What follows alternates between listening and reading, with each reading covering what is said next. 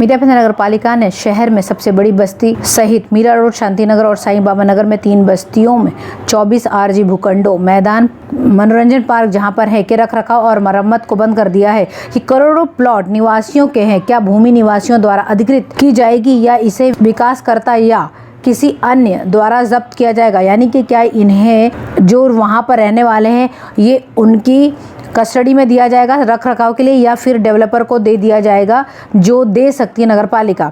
ऐसे सवाल खड़े हुए हैं। इस बीच शांति नगर के पार्कों और मैदानों में किसी ने ताला लगा दिया गया था। लोगों ने जब विरोध किया तब उसे खोला गया है। उपायुक्त संजय शिंदे ने हाल ही में 1 दिसंबर से शांति नगर के सभी 19 पार्क, शांति पार्क के 3 साईं बाबा नगर और आरएनए में 24 पार्क मैदानों के रखरखाव और मरम्मत, सुरक्षा व्यवस्था, बिजली आपूर्ति आदि को बंद करने के आदेश जारी किए थे। क्षेत्र में आवास परिसर के निवासियों से यह अपेक्षा की जाती थी कि वे निर्णय लेने से पहले मार्गदर्शन और जागरूकता प्रदान करें। इसलिए निवासी आवास परिसरों का संघ बनाकर व्यवस्था कर सकते थे। पीस पार्क में कुछ निवासी शहर के कई अन्य आवास परिसरों में आरजी भूखंडों के साथ आरजी भूखंडों की देखभाल कर रहे थे। नगर पालिका चुनाव के चलते मीरा रोड, शांति नगर, शांति पार्क और साईं बाबा नगर में आरजी प्लॉट से सियासत गरमाने लगी है। कांग्रेस ने मैदान और पार्कों में बहुत ही जोर शोर से शिकायत पार्कों के खिलाफ इस तरह से बंद करने के लिए शिकायत दर्ज कराई। उनके मुताबिक डेवलपर्स ने ताले तोड़कर खोल दिए हैं। मीरा भाईंदर सीमा में भवन निर्माण परियोजना को मंजूरी देते समय डेवलपर्स के लिए 15 से 25% आरजी भूमि खाली छोड़नी अनिवार्य होती है। करोड़ रुपए के इस आरजी प्लॉट पर अब डेवलपर समेत कुछ नेता नजर रख रहे हैं। निर्माण क्षेत्र में कुछ ही राजनेता हैं। आवास परिसर में भवनों के पुनर्विकास के लिए आरजी का स्थान मूल्यवान है और नए विकास नियंत्रण नियमों से भी डेवलपर्स को लाभ होगा। निवासियों को आरजी भूखंडों के अपने अधिकार के बारे में पता नहीं है कि और उनमें जागरूकता की कमी के कारण कई क्षेत्रों के निवासी इन आरजी भूखंडों के रखरखाव के लिए अनिच्छा दिखा रहे हैं। डेवलपर, राजनेता, नगरसेवक आदि इसका फायदा उठा रहे हैं।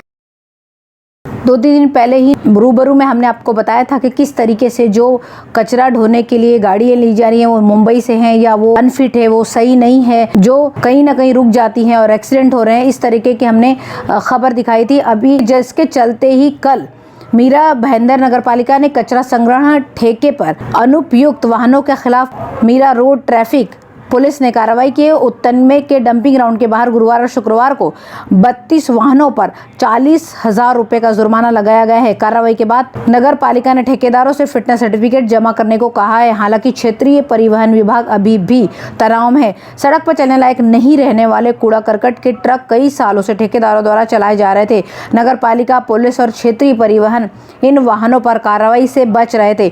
लोकायुक्त से की शिकायत के बाद नगर लोक स्वास्थ्य विभाग ने ग्लोबल वेस्ट मैनेजमेंट को सैकड़ों करोड़ का ठेका दिया गया था। जब उनका कार्यालय 2017 में समाप्त हो गया तो एक अवैध विस्तार से ये आगे चीजें बढ़ रही थी। ठेकेदार के पास कूड़ा उठाने वाले ट्रकों का फिटनेस सर्टिफिकेट भी नहीं था। मुंबई में अनफिट हुए ट्रक वो सारे के सारे मीरा भाईंदर शहर में सड़कों पर चलाए जा रहे थे। उत्तर नगर सेवक शर्मिला ने कचरा ट्रकों के खिलाफ शिकायत दर्ज कराई थी। युवा सेना के पवन घरात ने विस्तृत जानकारी के साथ नगरपालिका, यातायात पुलिस और क्षेत्रीय परिवहन विभाग में शिकायत दर्ज कराई थी। हालांकि यातायात पुलिस और क्षेत्रीय परिवहन विभाग शायद ही कभी कार्रवाई करते।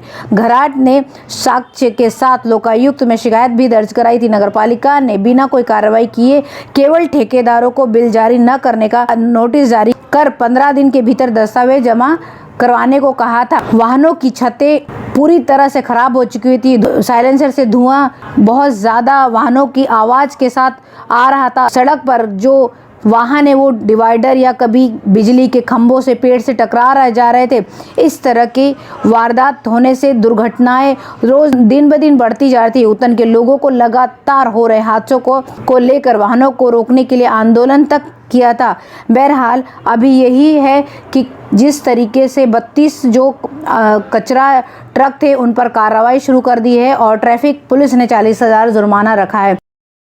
मीरा भाईंदर पुलिस कमिश्नरेट की सीमा के भीतर कुछ पुलिस स्टेशनों में अभी भी मराठी भाषा का उपयोग नहीं किया जाता है। मराठी एकीकरण समिति ने मांग की है कि राज्य सरकार के आदेशानुसार सभी थानों में 100% मराठी भाषा का प्रयोग किया जाना चाहिए। हालांकि मीरा भाईंदर पुलिस कमिश्नरेट को शुरू हुए 1 साल बीत चुका है, फिर भी कमिश्नरेट की सीमा के भीतर कुछ पुलिस थानों में मराठी भाषा का प्रयोग नहीं किया जा रहा है।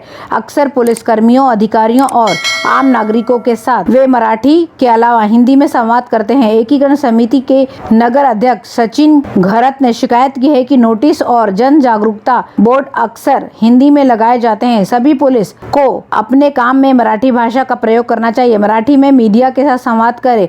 घरत ने मराठी भाषा के 100% प्रयोग के संबंध में विभिन्न सरकारी परिपत्रों के अनुसार मराठी भाषा का प्रयोग करने की मांग की है।